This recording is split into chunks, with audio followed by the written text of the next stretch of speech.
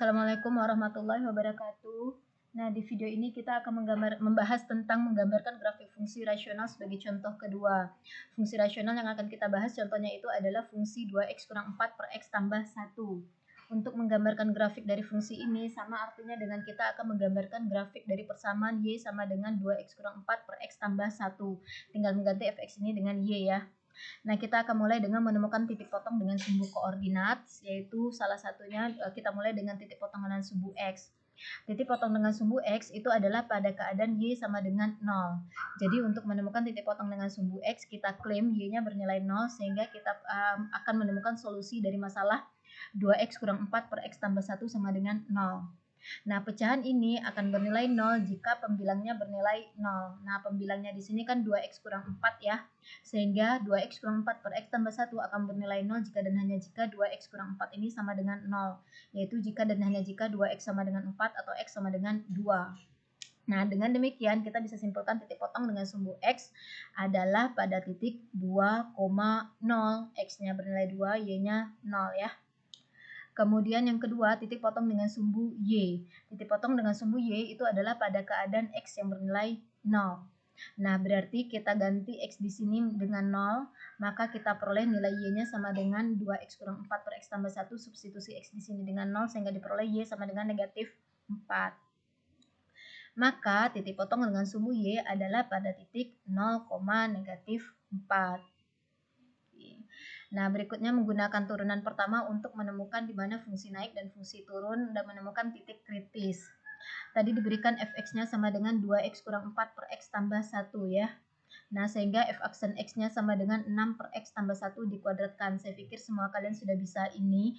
Kita menggunakan aturan turunan untuk pembagian antara dua buah fungsi di mana jalankan rumus asumsikan yang di pembilang u yang disebut sebagai v ya. Jadi turunan pertamanya adalah 6 per x tambah 1 dikuadratkan. Nah, dari sini untuk menemukan split point dari ini atau titik kritis itu kan berarti kita harus mengklaim bahwa f aksen x-nya atau 6 per x tambah 1 dikuadratkan itu sama dengan 0.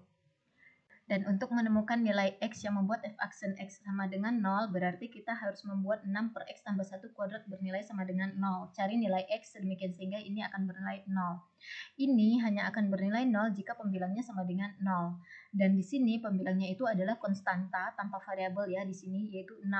Di mana 6 itu tidak mungkin bernilai 0. Oleh karena itu kita bisa klaim bahwa fungsi f aksen x ini tidak akan pernah bernilai 0 atau tidak ada x yang membuat f aksen x bernilai 0. Dengan demikian fungsi ini tidak memiliki titik stasioner. Nah, kan titik kritis waktu itu sudah pernah dibahas ya, ada yang disebut dengan titik stasioner, yaitu titik yang membuat f aksen x-nya bernilai 0. Tidak ada x yang membuat f aksen x bernilai 0, maka fungsi ini itu tidak memiliki titik stasioner. Oke, berikutnya kita temukan titik kritis lainnya, yaitu titik singular jika ada. Nah, titik singular itu adalah nilai x yang membuat f aksen x tidak ada atau yang membuat f aksen x tidak terdefinisi atau tak terhingga. Nah, yang akan membuat ini menjadi nilainya tidak ada atau nilai x yang membuat ini menjadi tak terdefinisi, yaitu jika penyebutnya bernilai 0. Nah, penyebut bernilai 0 berarti kan x tambah 1 dikuadratkan sama dengan 0 ya. X tambah 1 dikuadratkan akan bernilai 0 hanya jika x tambah 1-nya ini sama dengan 0. Jadi x tambah 1 dikuadratkan sama dengan 0, maka x tambah 1 sama dengan akar dari 0 ya. Akar 0 kan 0. Sehingga kita punya x sama dengan negatif 1. Oleh karena itu, fungsi ini yaitu 2x kurang 4 per x tambah 1 memiliki titik singular, yaitu pada x sama dengan negatif 1.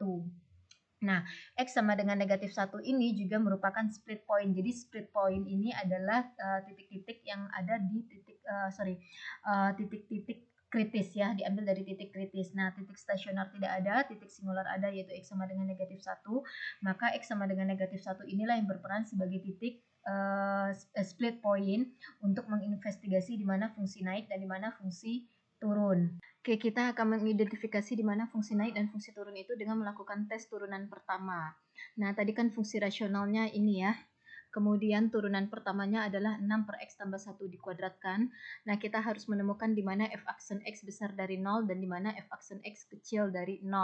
Nah, berarti kita akan menyelesaikan masalah pertidaksamaan ini. Nah, langkah pertama adalah kita harus menemukan split point dari f aksen X ini. Nah, split pointnya sama seperti yang tadi, yaitu titik singularnya yaitu X sama dengan negatif 1 ya. Cara ini sudah dibahas di slide sebelumnya. Nah, maka pada garis bilangan cantumkan X sama dengan negatif 1, sehingga garis bilangan terbagi menjadi dua daerah, yaitu yang di kiri negatif 1 ini adalah X yang kecil dari negatif 1, dan yang di kanan ini adalah X yang lebih besar dari negatif 1. Berikutnya kita lakukan tes nilai turunan pertama di kedua ruas ini, di kedua daerah ini.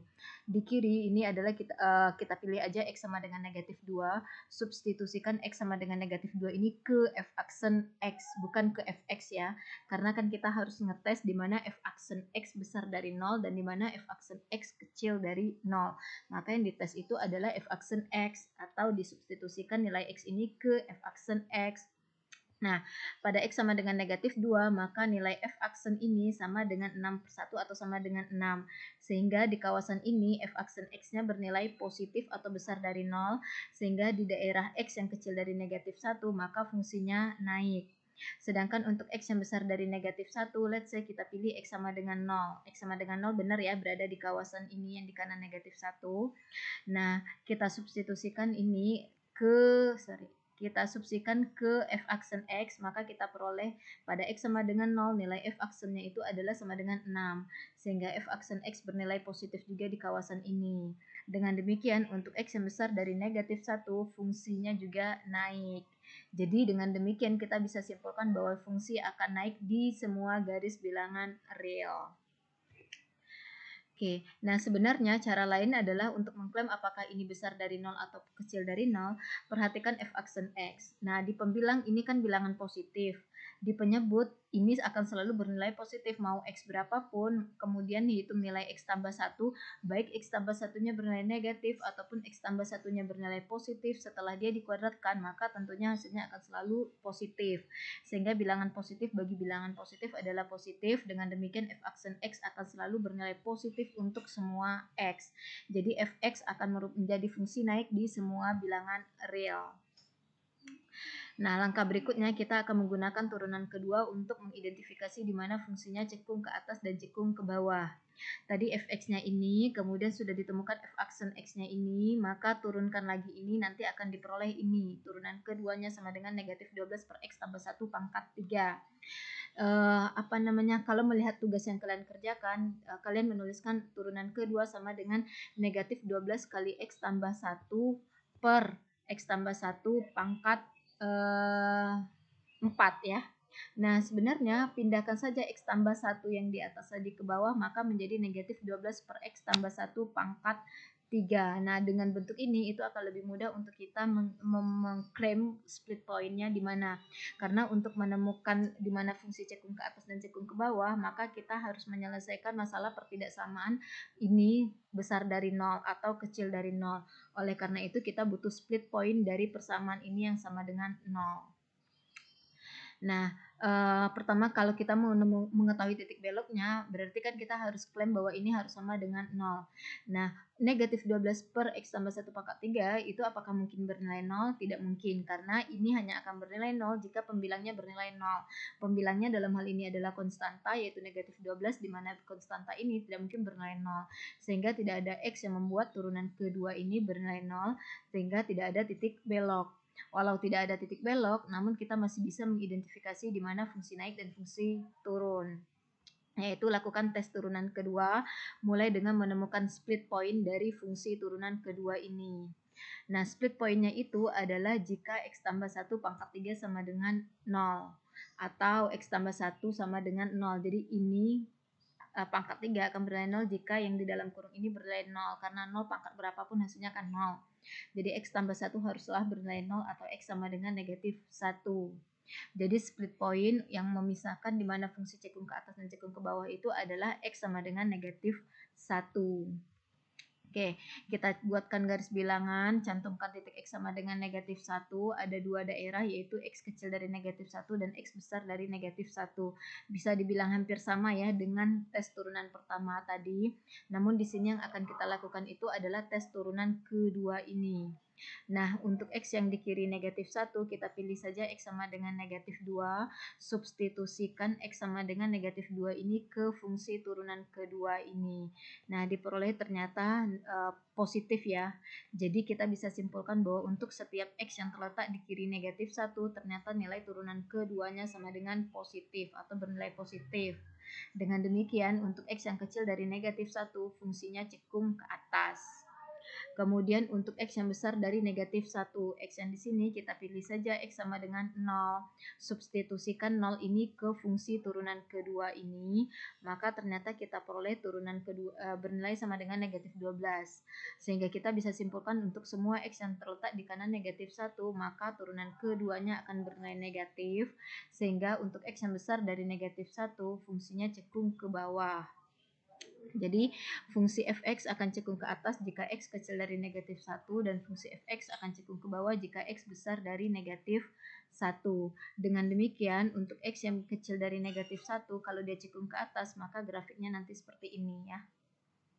Kalau cekung ke bawah berarti dia akan pilihannya itu adalah entah dia begini atau dia begini. Dikembalikan tadi apakah fungsinya naik atau turun di kawasan X besar dari negatif 1. Nah, berikutnya karena ini merupakan yang kita bahas ini adalah fungsi rasional, maka penting sekali menemukan asimtot tegak dan asimtot datar. Asimtot tegak atau asimtot vertikal itu adalah pada X sama dengan A sehingga penyebutnya bernilai 0. Nah, fungsi kita kan tadi adalah ini. Penyebut akan bernilai 0 berarti jika X tambah satunya sama dengan 0. X tambah 1 sama dengan 0 itu kan berarti X sama dengan negatif 1 ya. Maka asimtot tegak dari fungsi rasional ini adalah garis X sama dengan negatif 1. Kemudian asimtot datar atau asimtot horizontal adalah pada garis Y sama dengan B jika X-nya menuju tak hingga. Jadi teorinya emang begini ya. Asimtot tegak atau asimtot vertikal itu jika penyebutnya 0, sedangkan asimtot datar atau asimtot horizontal adalah jika X-nya menuju tak hingga. X menuju tak hingga berarti kita bicara tentang limit tak hingga. Limit dari 2x kurang 4 per x tambah 1 untuk x menuju tak hingga itu sama dengan tak hingga per tak hingga. Dan ini adalah bentuk tak tentu kan ya, sudah kita kaji. Maka kita lakukanlah yang disebut dengan aturan L'Hopital. Nah, aturan L'Hopital berarti kita turunkan masing-masing fungsi di pembilang dan di penyebut. Nah, di sini pembilangnya kan 2, turunan dari 2x kurang 4 adalah 2 dan turunan dari x tambah 1 adalah 1. Sehingga limit dari 2x kurang 4 per x tambah 1 untuk x menuju tak hingga sama dengan limit dari 2 per 1 untuk x menuju tak hingga. Nah, 2 per 1 kan sudah bilangan konstan ya, tidak ada lagi tergantung pada x, sehingga limitnya sama dengan 2. Jadi lihat lagi penjelasan tentang aturan L'Hopital ya. Dengan demikian garis Y sama dengan 2 ini itu merupakan asimtot datar atau asimtot horizontal. Nah, berikutnya kita akan menggambarkan sketsa grafik dari fungsi rasional 2x kurang 4 per x tambah 1. Nah, kira-kira ini adalah sistem koordinat kartesiusnya, sumbu x, sumbu y. Kemudian untuk sumbu x itu jaraknya itu adalah satu satuan saya buat. Kemudian untuk sumbu y itu jaraknya adalah 2 satuan. Tidak masalah ya. Ingat, antara sumbu x positif dengan sumbu x negatif harus konsisten jaraknya. Kemudian antara sumbu y positif dengan sumbu y negatif juga harus konsisten. Jaraknya di sini saya pilih 2 satuan, kemudian begitu juga ke bawah ya 2 satuan. Tapi antara sumbu X dengan sumbu Y kan tidak harus konsisten ya. Jadi boleh saja berbeda satuan skala jaraknya antara sumbu X dengan sumbu Y. Nah, kita ingat lagi atau kita recall lagi apa saja informasi yang sudah kita peroleh terkait tentang fungsi rasional ini, yaitu kita punya titik 2,0, ini adalah titik potong dengan sumbu X, kemudian titik potong dengan sumbu Y-nya adalah 0,-4, kemudian kita ketahui bahwa ternyata fungsinya naik di semua bilangan real, kemudian fungsinya tidak pernah turun, fungsinya cekung ke atas pada X yang kecil dari negatif 1 dan fungsinya cekung ke bawah pada X yang besar dari negatif 1. Kemudian ada asimtot tegak yaitu garis X sama dengan negatif 1. Kemudian asimtot datar garis Y sama dengan 2. Nah, ini adalah semua informasi yang sudah kita peroleh tadi. Kemudian ini titik-titik ini ada gunanya, nanti saya jelaskan. Oke, titik 2,0 itu, by the way ini garis ini adalah garis X sama dengan negatif 1 yang merupakan asimtot tegak. Artinya kurva dari fungsi rasional ini tidak akan memotong garis ini nantinya. Kemudian asimtot datarnya adalah garis Y sama dengan 2. Ini adalah sumbu Y sama dengan 2 di titik ini, maka garis Y sama dengan 2 itu adalah yang ini ya. Kalau garis X sama dengan negatif 1 tadi, X sama dengan negatif 1 ini sumbu X yang mendatar, ini X sama dengan negatif 1, maka garis X sama dengan 1 itu adalah garis yang lurus tegak begini. Nah, berikutnya kita punyain ada titik 2,0 ini, kemudian titik 0, negatif 4 itu adalah di sini. Nah, ini kan kawasan yang ini itu adalah kawasan X yang besar dari negatif 1 ya. Jika X besar dari negatif 1, maka fungsinya itu ternyata cekung ke bawah, namun fungsinya naik. Nah, kalau kita tahu bahwa fungsinya ini kan naik begini, kalau dia cekung ke bawah, maka kemungkinan grafiknya itu adalah seperti ini. Tidak mungkin begini. Kalau hubungan antara dua titik ini begini, sesuai dengan kursor saya ya, panahnya. Nah, itu berarti fungsinya cekung ke atas, padahal untuk X yang besar dari negatif 1, fungsinya harusnya cekung ke bawah. Kemudian, nah, garis Y sama dengan 2 itu merupakan asimtot datar. Artinya, grafik dari fungsi ini lama-lama akan menuju ke Y sama dengan 2. Kan tadi kita peroleh Y sama dengan 2 ini limit berasal dari limit dari fungsi ini ketika X menuju tak hingga. Artinya, untuk X yang sangat besar sekali nilainya, maka nilai fungsinya lama-lama akan menuju ke Y sama dengan 2, ini Y sama dengan 2 garisnya, maka grafik dari kurva ini itu tidak akan pernah memotong sumbu ini. Oke, nah berikutnya bagaimana untuk X yang kecil dari negatif 1, apakah grafiknya seperti ini saja? Nah, tentu tidak. Fungsi ini itu kan tidak hanya, kalau kita lihat domainnya itu kan semua bilangan real asal penyebut tidak sama dengan 0 ya. Penyebut ini akan bernilai 0 hanya jika X sama dengan negatif 1. Jadi, artinya untuk bilangan real yang lain selain negatif 1, fungsi ini ada nilainya. Nah, oleh karena itu, makanya tadi di sini ada saya cantumkan titik ini. Maksudnya adalah untuk X yang di kanan negatif 1, kita sudah tahu grafik fungsinya adalah seperti ini. By the way, tidak mungkin lagi ada grafik di atas ini ya. Karena kalau ada lagi grafik di atas ini, berarti ini bukan fungsi. Karena yang namanya fungsi, ingat waktu materi tentang fungsi bahwa yang namanya fungsi, kalau kita tarik garis lurus vertikal atau tegak, maka garis itu hanya boleh memotong kurvanya di satu titik saja. Seandainya ada grafik lagi di sini, berarti itu sudah bukan fungsi lagi karena ada dua titik yang dipotong. Nah, oleh karena itu kita perlu tahu kira-kira untuk kawasan X yang kecil dari negatif 1, maka kurva dari fungsi ini berada di atas garis ini atau di bawah ini. Nah, makanya diambil sembarang nilai X yang berada di kiri negatif 1. Dalam hal ini saya ambil X sama dengan negatif 2 dan X sama dengan negatif 4. Ini X negatif 2 dan X sama dengan negatif 4. Nah, kita hitunglah nilai Y atau temukan pasangan untuk masing-masing X ini. Jika X sama dengan negatif 2, kita substitusi ke sini, maka akan diperoleh nilai Y-nya sama dengan 8.